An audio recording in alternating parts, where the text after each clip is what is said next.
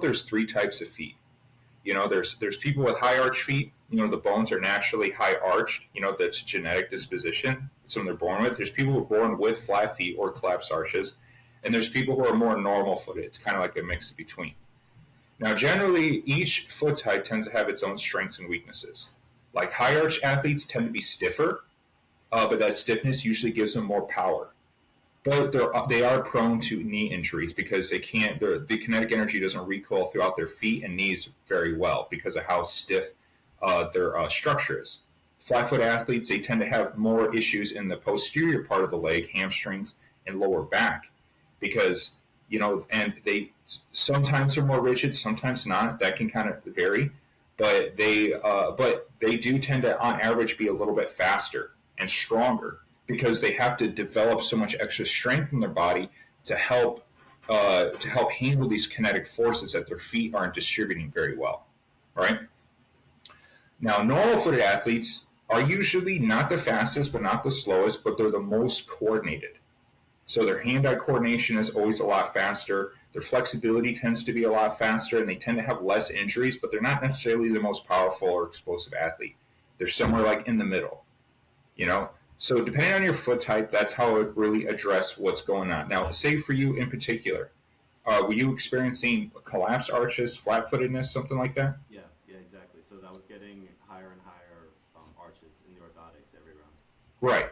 So there's a couple of things to think about. One, because we don't have natural selection anymore, people with these foot dysfunctions are surviving. Back in the Stone Age, back in the day, they probably would have been picked off by a predator, if it was creating too much issues, and the genetics wouldn't be carried forward as much. So you'd see less and less of this.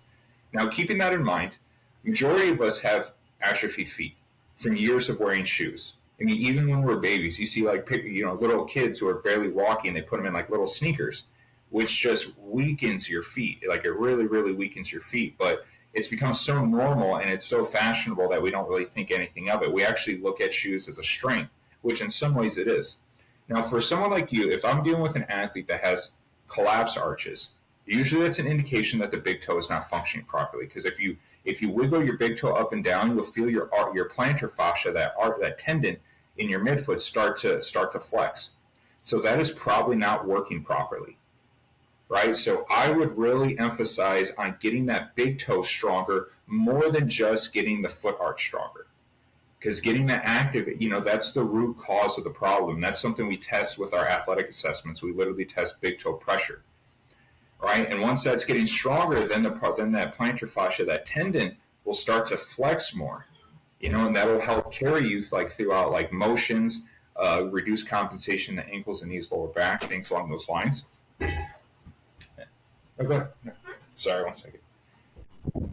And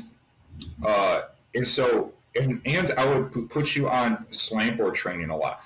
Something that's going to create a lot more strength and tension in the foot tendons, especially the bottom of the foot tendons. I would have you do way less balance pipes unless you had a bunion or something like that. Maybe some modalities like toe squats on the balance pipes because that can really work the foot arch. But the balance pipes, that will actually create too much lax into your flat foot. It'll stretch because it's already stretched. It's already loose. We want it tighter. So, tower crunches, be doing a lot of that. Slant board training, be doing a lot of that. Also would have you do squats, kind of like a ballerina, where I have a lot of athletes, they'll grab onto a pole or something to kind of help assist them. And say this is their feet, they'll do calf raises all the way to the toe, and really down to just that, like a ballerina, down to that last big toe right there, and then come back down. Because I'm really trying to get that big toe to start incorporating with the foot arch, and that will start training different parts of the calf muscle as well. And so now we're working these little components, and that will create a chain reaction of different secondary muscles like the soleus, the calf, the hamstring, how it fires into the hip. All that will start to improve, so you can distribute this kinetic energy a lot better through running, jumping, whatever it is. Because really that's what's breaking athletes down, is the kinetic energy is not being distributed very well, and it's overloading certain joints. Gotcha. And then for anyone watching this with a high arch, what's the flip side of that? What protocols do you recommend for someone? We just go the other way. Yeah. less plant board, more balance pipes. Now we need to get the foot arches more elastic. We need to get the bones a little bit more stretched out, because people with high arches, like when they open their toes, their pinky toe usually dips down like this, because the geometric structure of how the tendon runs across the bone is different. So everything is tighter. So we need to loosen it up. So flat feet, things are too loose. We got to tighten it up. High arch people, everything's too tight. We gotta loosen that. So we'll be doing a lot of balance pipes. We're doing a lot of things, toe squats in particular, 1 foot on the balance pipes, even standing on maybe like a hard, like a medicine ball, something that's going to open and round the foot up.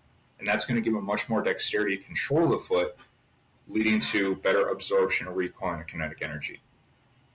Right. And then just to get the full picture, and it's encompassing all these things, but with someone with a normal foot, um, Mix of both. yeah, mix of both. And